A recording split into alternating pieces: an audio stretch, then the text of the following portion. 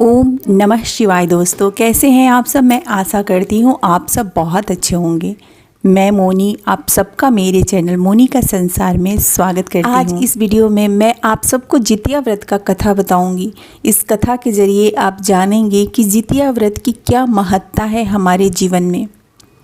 जितिया व्रत इस साल 2023 में शुरू हो रही है 6 अक्टूबर से। 5 अक्टूबर को नहाय खाए है, 6 अक्टूबर को जितिया पर्व है और 7 अक्टूबर को जितिया व्रत का पारण है। जितिया का व्रत हर माताएं अपने संतान की लंबी आयु और उनकी रक्षा के लिए 24 घंटे का निर्जला व्रत करती हैं। ये व्रत बहुत ही ज़्यादा कठिन होता है। इस व्रत को अगर एक बार आप संकल्प ले लेते हैं तो 24 घंटा निर्जला व्रत किया जाता है। इस व्रत में कोई भी गलती की माफ़ी नहीं हो सकती है। तो आइए जानते हैं जितिया व्रत का कथा क्या है। कथा पूरा सुनिएगा। कोई भी व्रत कथा को आधा अधूरा नहीं छोड़ना चाहिए, इससे दोष लगता है। और जितिया व्रत का कथा सुनना बहुत ही ज़्यादा महत्वपूर्ण होता है। वीडियो अच्छी लगे तो लाइक करें, मेरे चैनल को सब्सक्राइब करें और आप सब मेरी फैमिली बने। तो चलिए शुरू करते हैं। धार्मिक मान्यताओं के अनुसार नर्मदा नदी के किनारे एक विशाल पीपल का पेड़ था। उस पीपल के पेड़ पे एक चील रहती थी और उसी पीपल के खोह में एक सियारन भी रहती थी। चील और सियारन में बहुत ही गहरी मित्रता थी। एक समय कुछ महिलाओं को जितिया व्रत करते देख चील और सियारन ने आपस में तय किया कि हम भी जितिया का व्रत करेंगे। इस पे चील ने सियारन से कहा कि बहन, तुमसे पार नहीं लगेगा, तुम छोड़ दो। इस पे सियारन ने कहा कि नहीं नहीं, मैं भी जितिया का व्रत करूंगी। तब चील और सियारन ने व्रत का संकल्प लिया। संयोगवश उसी रात में उस गांव के एक धनी सेठ की मृत्यु हो गई और कुछ लोगों ने शव को जलाने के लिए नर्मदा नदी के किनारे आए। लेकिन दुर्भाग्यवश उस रात बहुत ही तेज बारिश और आंधी आने की वजह से लोग शव को आधा अधूरा जलता ही छोड़ के चले गए। ये सारी चीज़ें सियारन पीपल के पेड़ के खोह से देख रही थी।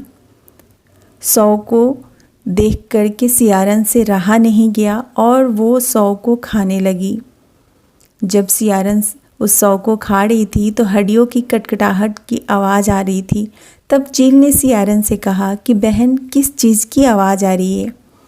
तब सियारन ने कहा, कुछ नहीं बहन, बहुत ही ज़्यादा ठंड लग रही है और ठंड की वजह से मेरे दांत कटकट कर रहे हैं। तब चील ने कहा, कोई बात नहीं बहन, अब कुछ ही देर में सुबह हो जाएगी और हम लोग व्रत का पारण करेंगे। इस तरीके से चील ने 24 घंटे का व्रत पूरा किया और सियारन ने व्रत को बीच में ही खंडित कर दिया। अगले जन्म में दोनों चील और सियारन स्त्री के रूप में जन्म लेती है।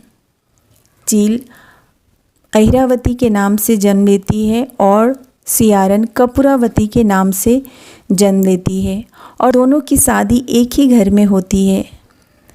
कपूरावती की शादी राज्य के राजा से होती है और अहिरावती की शादी उसी राजा के मंत्री से होती है। अहिरावती ने 7 पुत्र को जन्म दिया, लेकिन कपूरावती के बच्चे जन्म लेने के साथ ही मर जाते थे।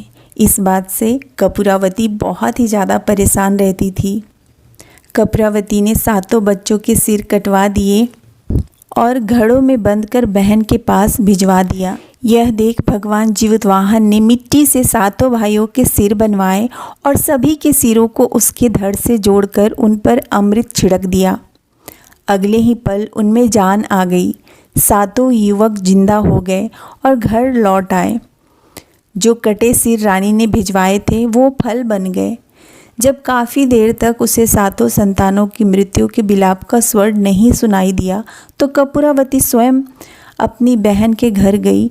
वहाँ सबको जिंदा देखकर उसे अपनी करनी का पश्चाताप होने लगा। उसने अपनी बहन को पूरी बात बताई। अब उसे अपनी गलती पर पछतावा हो रहा था। भगवान जीवतवाहन की कृपा से अहिरावती के पूर्व जन्म की बातें याद आ गई वह कपूरावती को लेकर उसी पाकड़ के पेड़ के पास गई और उसे सारी बातें बताई। कपूरावती की वहीं मृत्यु हो गई। जब राजा को इसकी खबर मिली तो उन्होंने उसी जगह पर जाकर पाकड़ के नीचे कपूरावती का दाह संस्कार कर दिया। तब अहिरावती ने जीवतवाहन भगवान से हाथ जोड़ कर के प्रार्थना किया कि हे भगवान, आज के दिन जो माताएं बहनें आपका व्रत करेंगी उनके संतान की आप रक्षा करना, उनके संतान की लंबी से लंबी आयु देना। तब से जितिया व्रत का प्रचलन शुरू हो गया और जो माताएं बहनें जितिया का व्रत करती हैं उनके संतान की रक्षा स्वयं जीवतवाहन भगवान कर। जो 24 घंटे का निर्जला व्रत करती हैं उनके ऊपर जीवतवाहन भगवान की आशीर्वाद सदैव बनी रहती है। तो आज के लिए बस इतना ही। इस कथा से जुड़ी कोई सवाल है तो ज़रूर पूछें। वीडियो को लाइक और चैनल को सब्सक्राइब ज़रूर करें। आप सब अपना ख्याल रखें। जीवतवाहन भगवान सबके बच्चों की रक्षा करे, सबके बच्चों की लंबी से लंबी आयु दे। हर हर महादेव।